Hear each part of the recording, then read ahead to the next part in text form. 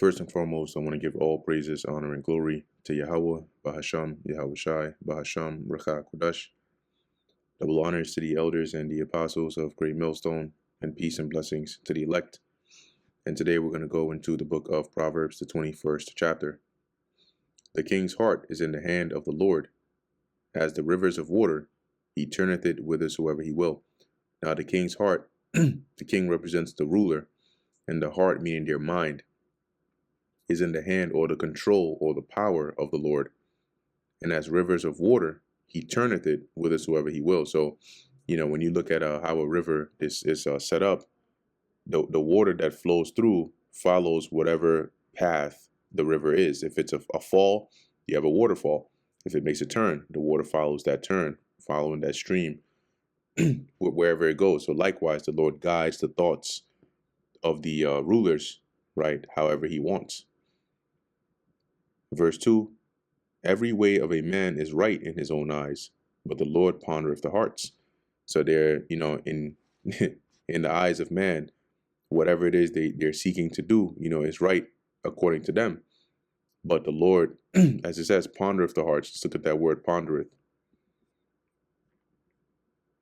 Because ultimately, it's not how you see righteousness, but it's how the Lord judges it. Right, to be to measure, to regulate, to estimate, to balance, to weigh. Right, so the Lord weighs out, right, to be made even or right, be adjusted to the standard, to meet out. So the Lord judges or weighs the heart, and he weighs it by his scale, okay, to see what, how the Lord determines, whether a man is actually right or not, or whether his ways are pleasing to the Lord. To do justice and judgment is more acceptable to the Lord than sacrifice. And because when you perform justice and judgment correctly, you're obeying the Lord. And what did Samuel say to Saul? Let's get that real quick. This is 1 Samuel chapter 15, verse 22. And Samuel said, hath the Lord, this is when Saul disobeyed what the Lord said in his commandment to destroy all the Amalekites.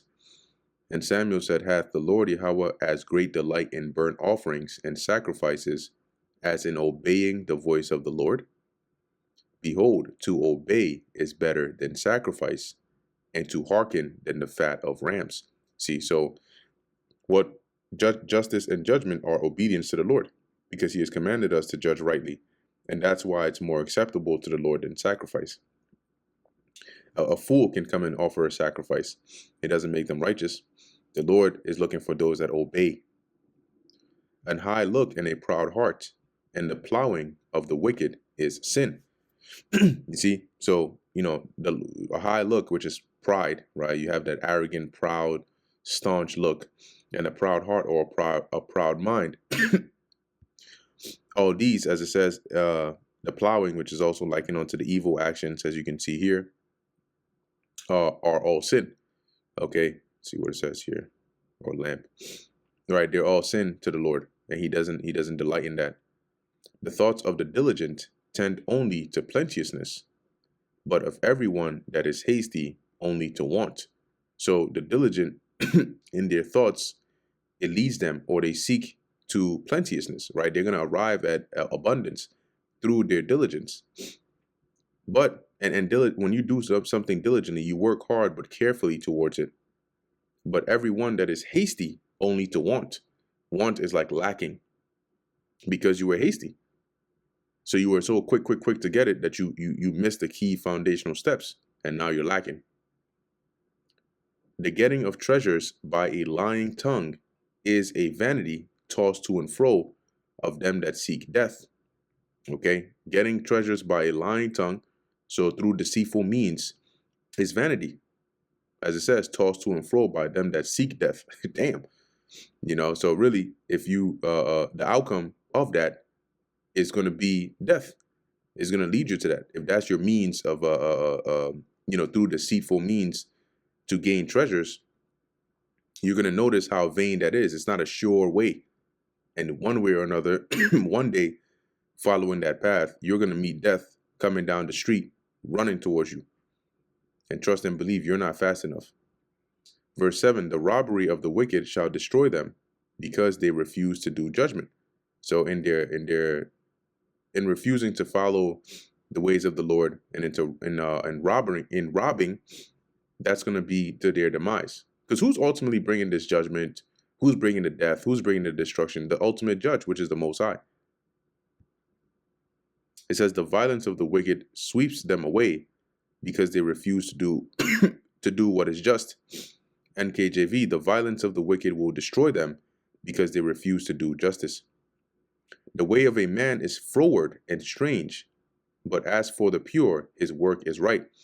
So this is a wicked man, right? Froward is perverse, it's strange, it's not conformed to the way of righteousness.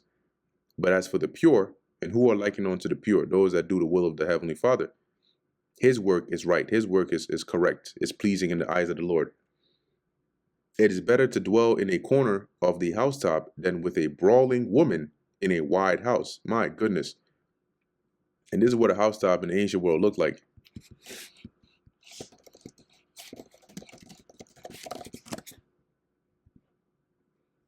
Like this. So you could see that. That's also a good one.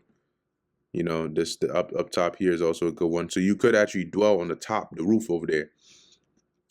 But here he's saying you could have a big house, but you're better off dwelling, you know, at the top, a corner, on the roof, than in the house with a brawling woman. Let's look at that word brawling, because it ain't gonna be nothing but headaches.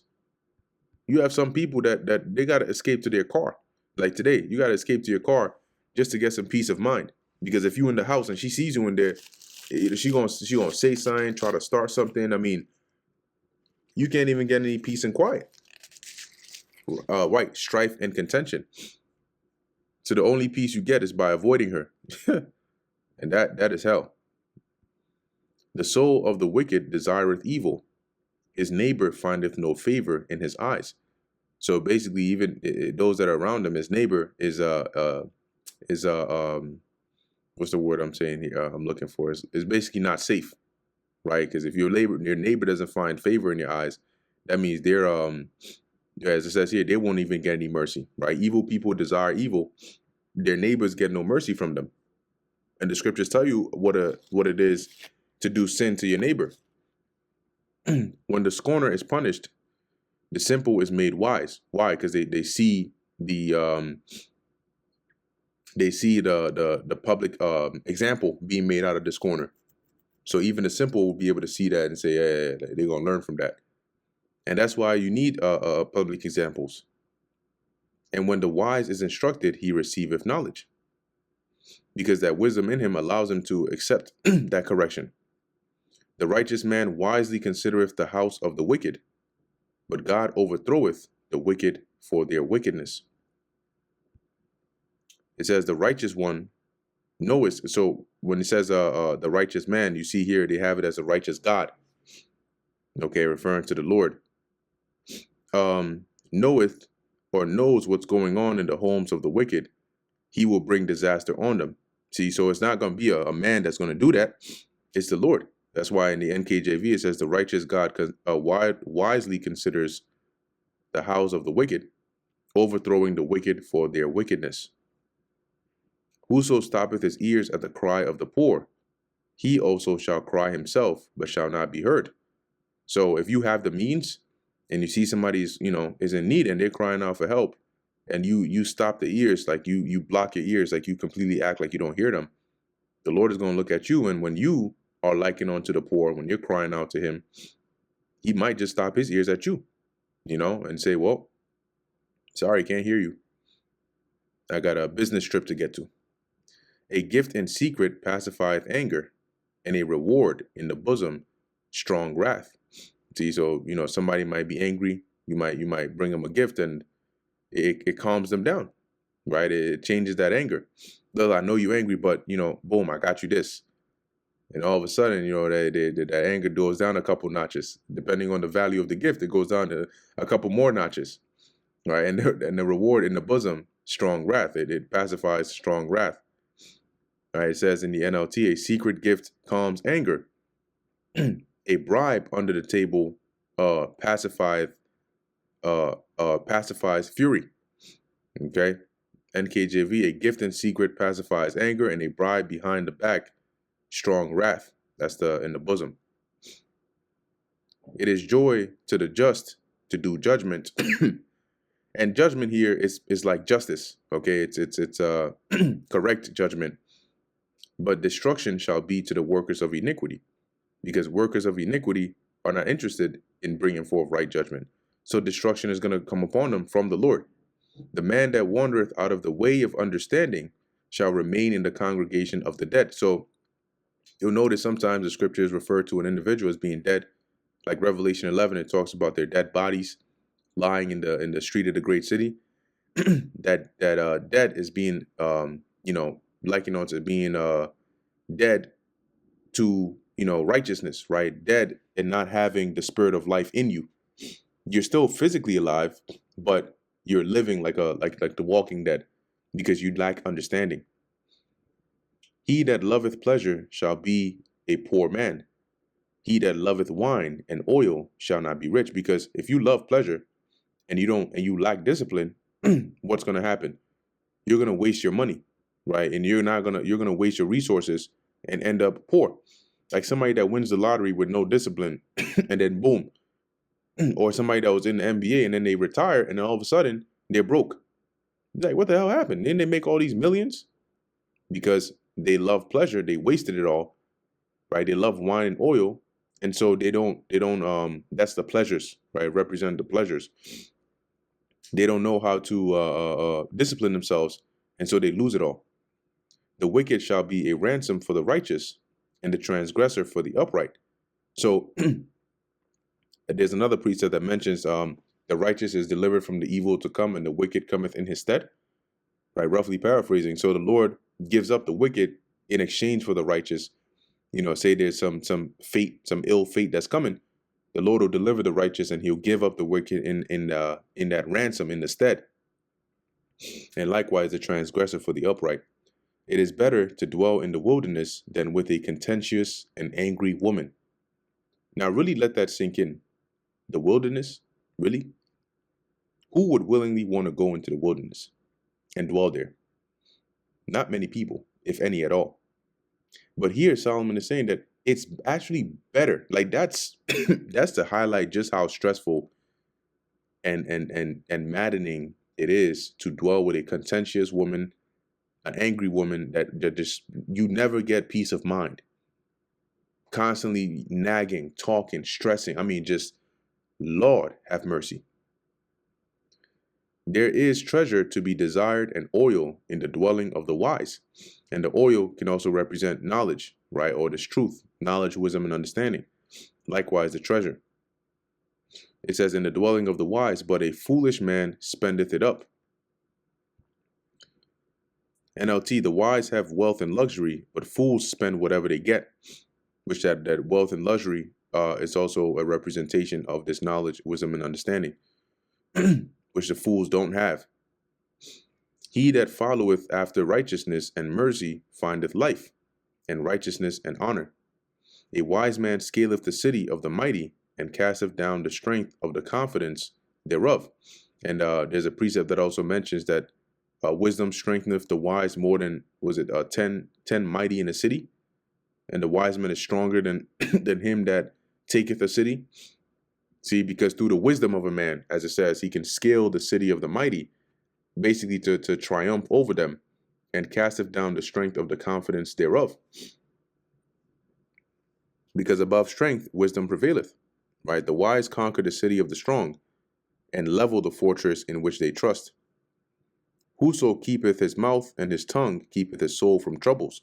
So if you can control yourself, control the things you say, you keep yourself out of trouble. Proud and haughty scorner is his name, who dealeth in proud wrath.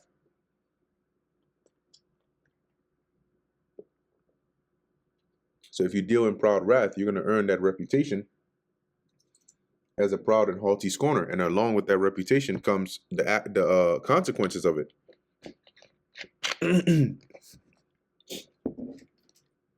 It says, the desire of the slothful killeth him, for his hands refuse to labor. It killeth, meaning it's gonna, you're a slothful man desires to have things, right? They seek things, but they can never really achieve it. That's the killeth him. They'll never be able to get it. Why? For his hands refuse to labor. He will never want to work to it. So he's always going to be eaten up by that desire, never being able to achieve it because of his laziness. He coveteth greedily all the day long, but the righteous giveth and spareth not. See? So he coveteth greedily. When you covet greedily, you, number one, you covet is to seek after what somebody else has greedily, right? And this is going into the wicked or the ungodly. But the righteous giveth and spareth not, meaning they're generous, right? They give. They, in Ecclesiastes, I think it's 11:1, it mentions that cast thy bread upon the waters, and you shall find it again. So they give it, generously. And the Lord loves a cheerful giver. The sacrifice of the wicked is abomination. How much more when he bringeth it with a wicked mind? Damn. So imagine a sacrifice coming from a wicked person is already an abomination in itself to the Lord. How much more bringing it now with actual a wicked mind, with wicked intentions in your heart? And it may not be wicked intentions to the Lord, or it may be, right? It could be having an ill intention to somebody else while you're bringing this offering. Or it could be, as the Lord mentioned in Malachi, right? You had some that were offering ill, like, blemished and ill sacrifices to the Lord. They'll swap that out, swap out the good one for the bad in their flock and bring that to the Lord. You already on a bad track, and you gonna make it worse. A false witness shall perish, but the man that heareth speaketh constantly.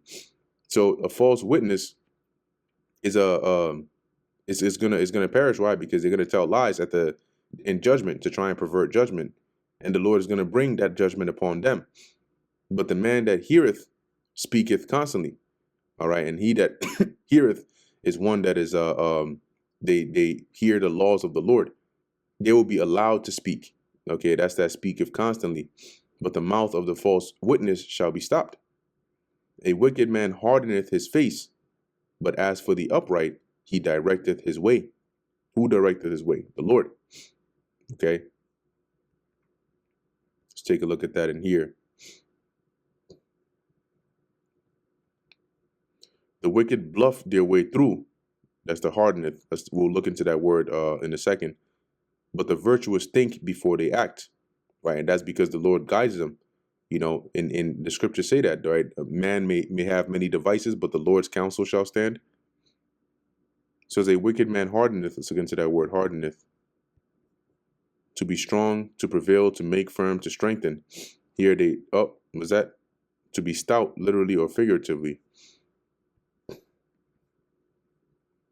So in some of these translations, they have it more as a bluff, or put up an NIV, right? The wicked put up a bold front, but the upright give thought to their ways, right? He directeth his way.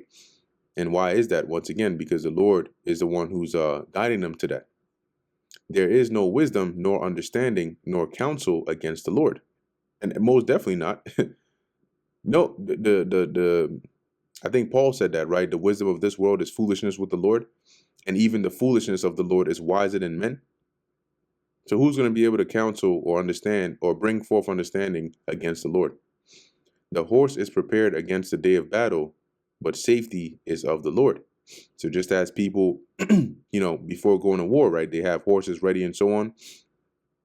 But ultimately, whether you have success or safety, that comes of the Lord, not of your carnal means. That's why the Lord, through Isaiah, rebuked Israel, going back to Isaiah 30 and 31, about trusting in the chariots of Egypt. And that brings us to the end of the book of Proverbs, the 21st chapter. Lord willing, that was edifying to the elect. In closing, I want to give all praises, honor, and glory to Yahweh, Bahasham Yahushai, Bahasham Rakha Kodash. And until next time, Shalom.